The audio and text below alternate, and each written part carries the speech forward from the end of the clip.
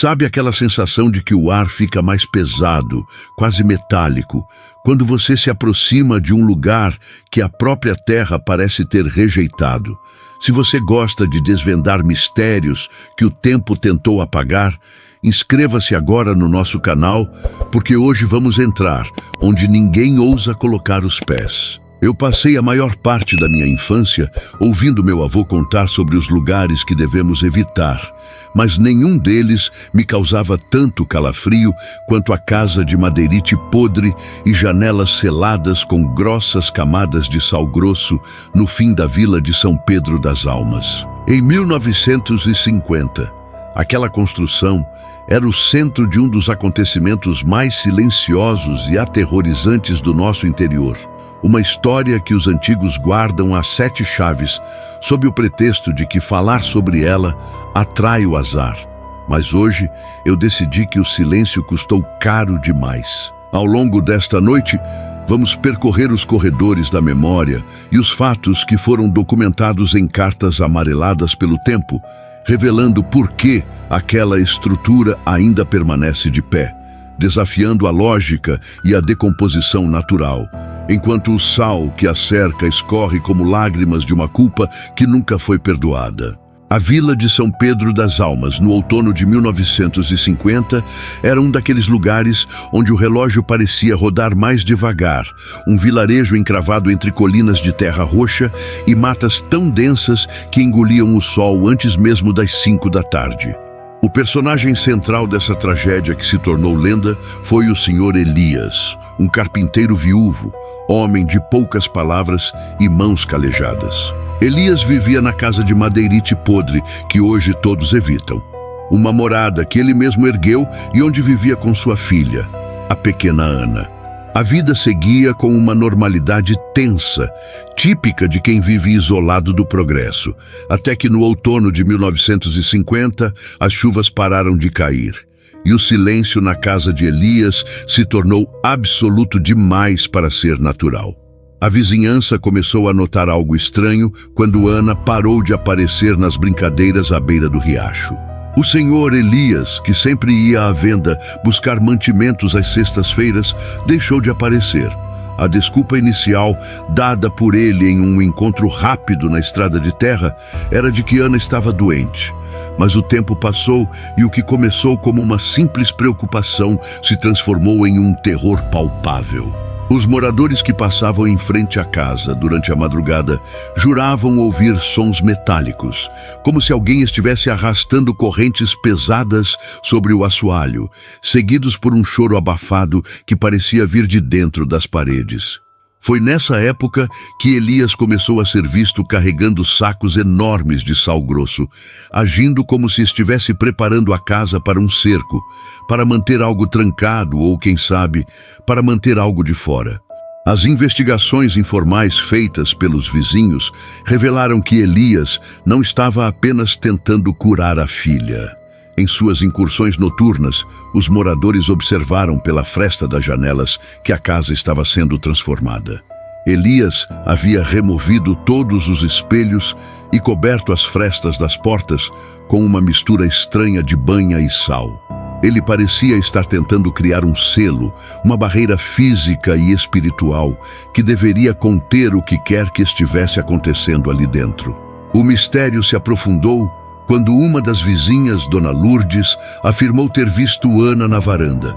Ela parecia uma marionete, movendo-se com espasmos, e o pai, o Sr. Elias, estava ajoelhado aos pés dela, recitando algo que não era reza, algo que soava como um dialeto antigo.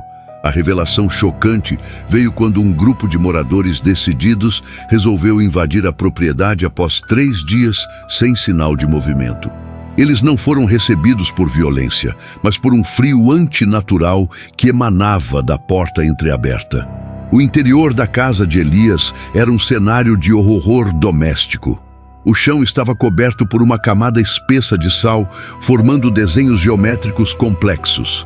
No centro da sala, Elias estava caído, não morto, mas em um estado de catatonia profunda. A pequena Ana não estava ali. Em vez dela, havia apenas suas roupas vazias e um cheiro O que aconteceu naqueles dias de 1950 ficou registrado nos diários esquecidos de um delegado local. O relato descreve que durante uma noite de lua cheia, Elias tentou realizar um ritual para trazer a alma da falecida esposa de volta. Ele se convenceu, em seu isolamento e luto, de que o sacrifício de sua própria sanidade seria o preço para um reencontro familiar. O erro de Elias, segundo os antigos, foi esquecer que a barreira que ele tentou erguer com sal não servia apenas para proteger, servia para aprisionar. Ao tentar fechar a casa contra as influências que ele mesmo invocara, ele selou a residência em uma dimensão de estagnação. A pequena Ana, segundo a lenda que se espalhou pela vila, nunca saiu da casa. Ela se tornou parte da estrutura, uma presença que vaga pelos cômodos sempre que alguém se aproxima demais. A casa, com suas janelas seladas, é o que restou de um erro que não pode ser desfeito. Elias, após o ocorrido, foi internado em um sanatório na capital, onde nunca mais proferiu uma palavra coerente. Apenas passava os dias desenhando círculos de sal nas paredes de seu quarto branco.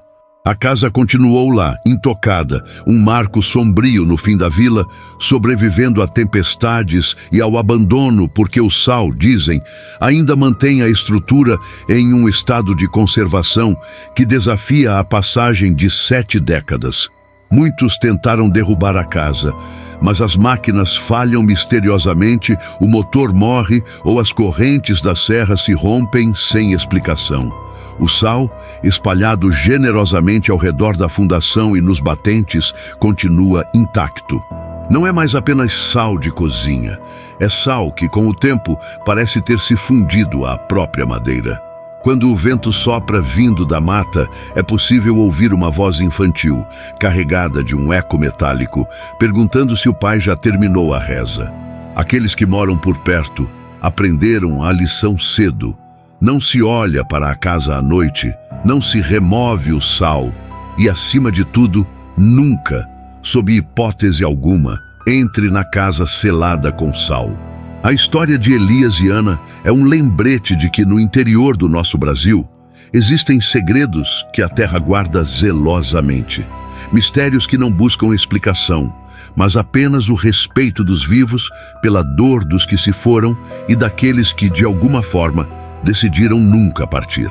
O horror de 1950 não foi um evento isolado, mas uma cicatriz no tempo, uma ferida aberta que a vila de São Pedro das Almas carrega como um fardo. A cada ano, quando o outono chega e as brumas cobrem as colinas, a casa parece ganhar um brilho pálido, um convite silencioso para os curiosos.